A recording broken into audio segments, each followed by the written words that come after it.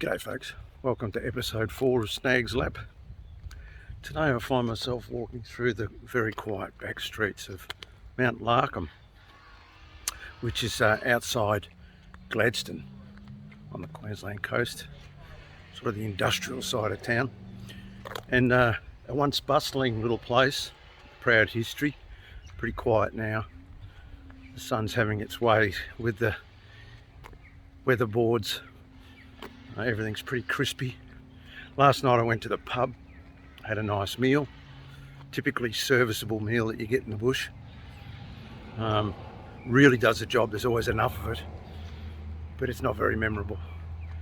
But the pub's spotless, there was a lot of people in there and they were singing karaoke. Now, it was pretty damn ordinary karaoke, I have to say, and I usually, if you see karaoke, you usually get a bit of Echo Beach or a touch of Stairway to Heaven or something like that. No, we got a little bit of Swanee River and a couple of war songs, but look, they had the nuts to get up and do it, which I haven't. One thing I've noticed is there's an accent up this way, particularly a female accent. It's kind of weird. The women are pretty stoic and practical people, and they're always friendly, but there's a limit to it. There's a certain familiarity I can go to as an outsider, and that's fine, I get it. I mean, I walk into the pub with my man bag. I probably don't start really well, but people are always friendly and respectful, but they move away, they move on. That's okay. And the female accent, let's get back to that. It's kind of, it's memorable. It rolls and it moves, and there's a cadence to it, but it's got lumps and bumps in it. It's got edges, so it rolls down the hill, and the message gets across clearly and succinctly, but it's flinty. It's got edges and it lumps and bumps its way through. It's interesting to listen to. I hear it. It's got power too. There's a strength to the female voice out here. There's a lot of hats. There's a lot of Land Cruisers. This town was once, full of people. Absolutely chock-a-block with people. I went past the stock and station agent just before, and it really felt a little incongruous when the brand new Wild Track Ranger pulled in to get whatever. It just felt like, a horse and cart wouldn't have looked out of place pulling in there. So it's kind of incongruous. There's an incongruity of the modern meeting the old.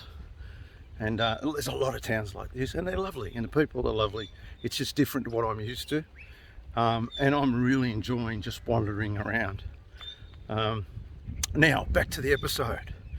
You will find, yes, I got caught in floods. I did everything wrong and didn't listen to what I was told, and typical pig-headed fashion, barreled off into the floods. And the dogs are a bit like that too. They don't really want to know you that much. You don't belong. Yeah, so you'll get a bit of that. Have a look at me. Managed to get myself out of flood water. Cicero, I've named my bike. I'm that guy. Cicero went in for a service at Coastline BMW because further north now it's going to be hard to get servicing. I put a new set of Pirelli Scorpion Trail 2s on my bike. That's the tyre that I find is doing this job the best. It's a nice compromise between some dirt competence and being a good sports touring tyre. So I'm happy with that. People at Coastline looked after me really well. Thank you there. And now the bike's fully serviced, 30,000k service, which is a pretty big service. And yeah, there's no real dealerships till God knows when. So you've got to pick your time to get your servicing done. And what else is in this app? Oh yeah, there's a little bit of me bunging a tent up, which is pretty funny. I've been staying in a tent a lot of the time, and also cabins and a motel room when I need a wash or I need to charge stuff up, or I've just had a gutsful. I'm managing to stay on about $100 a day. That's everything: accommodation, food, fuel. That's my budget. and I go over it now and then, but I come in under sometimes too. So yeah, episode 4, have fun with it. I'm having a great time. We're on day 37, and I'll check back in with you soon. I'm just going to warm up my karaoke voice. Might have a go tonight. What do you reckon, Echo Beach?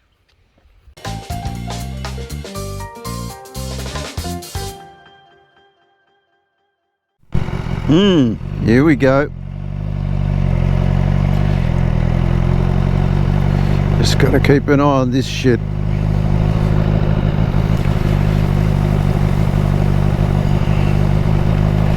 Very spooky shit.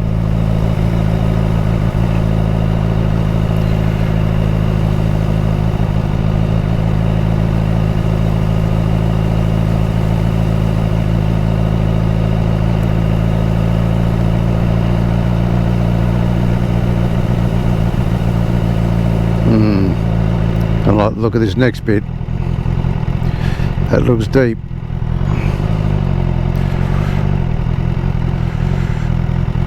That looks deep.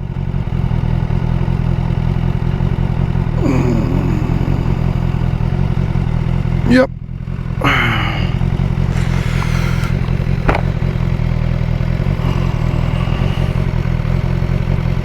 That feels like a turnaround job to me. What do you reckon? Hi folks. Interesting. I found myself at the road between Coonamble and Narrabri, at sort of western New South Wales, central New South Wales. Yeah, we've hit our first flood stop behind me. I don't know if you can see that, but yeah, I went through the first bit. It's about 6 inches deep. There's no biggie, but the next bit looked a lot deeper, and I ain't doing it. So what to do? Well, there's not much to do out here. What I'm thinking, I'm gonna sit here. I'm on higher ground here. I've got a feeling that might subside, so I'm gonna probably plug in here for a couple of hours, just watch the height of that. I go and put a stick there and see what happens with that stick. If it starts to come up my way, back to Coonamble and sit tight for a while. But I expected this at some point. It's pretty shit. There's been a lot of rain, and I'm not taking any chances whatsoever. So I'll report back. Okay, plan B. I just talked to a bloke in a ute. There's always a bloke in a ute that'll be happy to help you. He said, mate, that road there's been washed out for a long time. He said I wouldn't be rooting around waiting for that to change. And he told me of an alternate route that I can go that I didn't know about. So I've made a mistake out here this time. I've tried to go a shorter way, and I've ended up on a rougher road and out in the middle of friggin' nowhere and in the flood. Fortunately, I've got my wits about me and I know not to risk it, so I'm not going to. And we've got a plan B, so that's what we're doing. Yeah, there's always a bloke in a ute. He's a nice fella, and he said, oh mate, he said, I do this road all the time. He said, that washout's been there a while. It's not going anywhere. So, onward. Backward, but onward. If you look down there, you'll see, I hope, 28,843 Ks. And it's about day 35 of my my lap of Australia, and I'm in the beautiful hinterland of Noosa, and I'm heading down south. I'm actually backtracking a bit today to get the bike serviced. Further north from the Sunshine Coast, BMW dealers become a little bit thin on the ground, and I'm pretty fussy about who services Cicero. Yes, I'm one of those guys. I've named my bike. My God, what's happened to me? Yeah, I really, BM Motorcycles is my go-to in Melbourne, but they're probably a bit too far to go to. And I've organised for a 30,000 K service at Coastline BMW, which is at a place called Curramundi, about 60 K south of Noosa. So I'm heading down there. I'm putting a new set of Pirellis on, a 30,000 K service before I head north into far north Queensland, and probably another service in Darwin. I'll probably put another 8,000 k's on the bike before I get to Darwin. So this is something you've got to think about if you're considering a lap. Where your servicing is going to happen, you need to think pretty long and hard about where you'll be. It can get out of control pretty quickly. You clock up a lot of k's just looking around. So just a little tip there, be organised, get in early. I mean, I'm 1,000 k's early, big deal. I'd rather be early than late. My view is good oil is cheap, and I'm also keen. Two things that I'm very fussy about are oil and rubber. So I've gone top end Pirellis. This is the second set of those I'll be putting on, and of course just keeping the bike serviced. I mean, it's just you and the bike, and we haven't got into any remote stuff yet, but we will. And if you you know, enough things can go wrong. Don't be a maintenance miser. So heading off to see the good folk at Coastline. Oh, can I speak? I've only had one coffee, sorry. Coastline BMW. Have a bit of a chat with them, see what they're about, get the bike all pristine, ready to head off on the next stop from here will be either Harvey Bay or Airlie Beach. Yeah, look out, European tourists. You're about to have a frail old 61-year-old Lothario amongst you. Bet you they're quaking in their boots. Here we are, Coastline BMW. Let's get Cicero sorted, eh? Reception, parts, new cars, motorcycles, service, reception, electric, used vehicles, staff.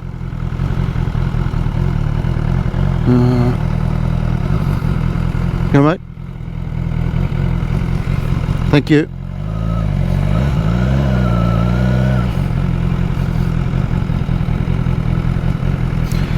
Yeah, friendly staff already. Look out. Coastline BMW. Sunny Queensland. Magnificent.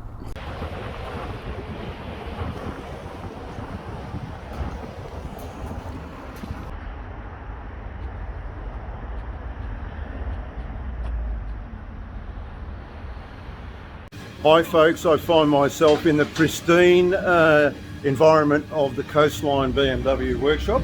Typical BMW, spotless. And Liam is madly working on my S1000XR, 30,000 K service. Now, one of the things that I will say is if you're going to do a lap of Australia, you really do need to keep the thing going properly. There's enough drama that can happen out there without you being a maintenance miser. So get your bike serviced, and if you're going to do it probably, I would suggest that you do it at a dealer, because there's a lot of specialist tools involved in BMW particularly, and much and all as we love our bush mechanics, they're just not going to have the right stuff nor the expertise. So I've come to Coastline BMW. Liam has got the unfortunate short straw. Liam, what are we doing for our 30,000 K service, mate? Okay. From the top of the list, the major components, checking valve clearances, checking cam timing, very important. Moving around, generally do fork oil. Yours has already been done previously. Yeah, put new fork seals in. Yep. Moving around the bike, obviously engine oil change, oil filter. Checking your chain free length first to make sure it's not worn. I've already checked this. Took it about 1 millimetre of stretch to go. So we'll clean, adjust and lubricate the chain. Checking wheel bearings, checking your suspension units front and rear, checking for play in your linkages, checking the steering head adjustment, overall checking for leaks on the engine oil, just changing your oil filter there. We move around to the right hand side of the bike. Obviously we've got a new set of tyres going on. Oh yeah, I've put a new set of Pirelli Trail 2s, which I've found are my go-to tyre. All right in the dirt, really good on the road, so a nice compromise. So these, you'll notice with these tyres, they're probably okay, to be honest with you, but certainly the front is fine. but you'll notice that this is flattened out, and that's mainly because I've been doing a lot of straight line running. So the tyre's probably got quite a bit of life left in it, but it does affect the handling when they flatten out like that. I'm finding that it wants to, first of all, it doesn't want to drop into a corner, and then it wants to over drop in. It's only a small thing, and look, really there's quite a bit of life left in that. That's an 8000k tyre, so pretty happy with the Pirellis, but I've got the opportunity to put a new set on here at Coastline, and I figure while I'm here, let's get it out of the way. Okay, we're checking over the brake systems, rotors, brake pad wear, we're changing the brake fluid front and rear. Moving around again, suspension systems, checking for leaks and play, checking swing arm for any play, checking coolant level, which is already spot on, checking the free movement of say your center stand, side stand, clutch lever pivot, clutch cable. There's a fair bit to it, isn't there? There is, yeah. It's an important service to do the 30k. 30k for the S-models, 20k for our models. So a lot of little checks that aren't done in your regular services that are really important. Right? Especially on someone's doing a full lap of Australia. Most definitely, yeah. Most definitely. Safety, handling, safety always number one. But overall performance and efficiency, especially your cam timing and valve clearances. Power efficiency, hot and cold starting all can be affected. BMWs are great for their valve clearances, they don't move a lot. Compliments to their engineering. So, checking over your front suspension system, so we know you've had your full things done. Yeah. Like I said before, steering head adjustment. General check over of fasteners as well. You are doing a long trip. These can rattle, get loose. Making sure your bowing cables, your exhaust self butterfly, re-inspect. In our diagnostics, we check for clear codes. Obviously reset your service indicator. We can also check the system for any service bulletins or technical campaigns, things like that might be available for the bike. Condition of your radiators, nice and clear. Obviously a big trip around Australia, going to go through a lot of conditions. They look quite good, so checking over your electrical system, making sure all the lights function correctly, all the functions of the motorcycle are working, especially things like safety switches, like your cruise control, making sure all the emergency stops for your cruise control are working. All very important little switches that have to work together to make the machine run at the optimum.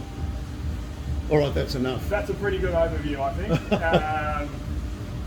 So getting it pristine, ready to hit the, probably it's done the easy stuff. The East Coast is easy, let's be honest.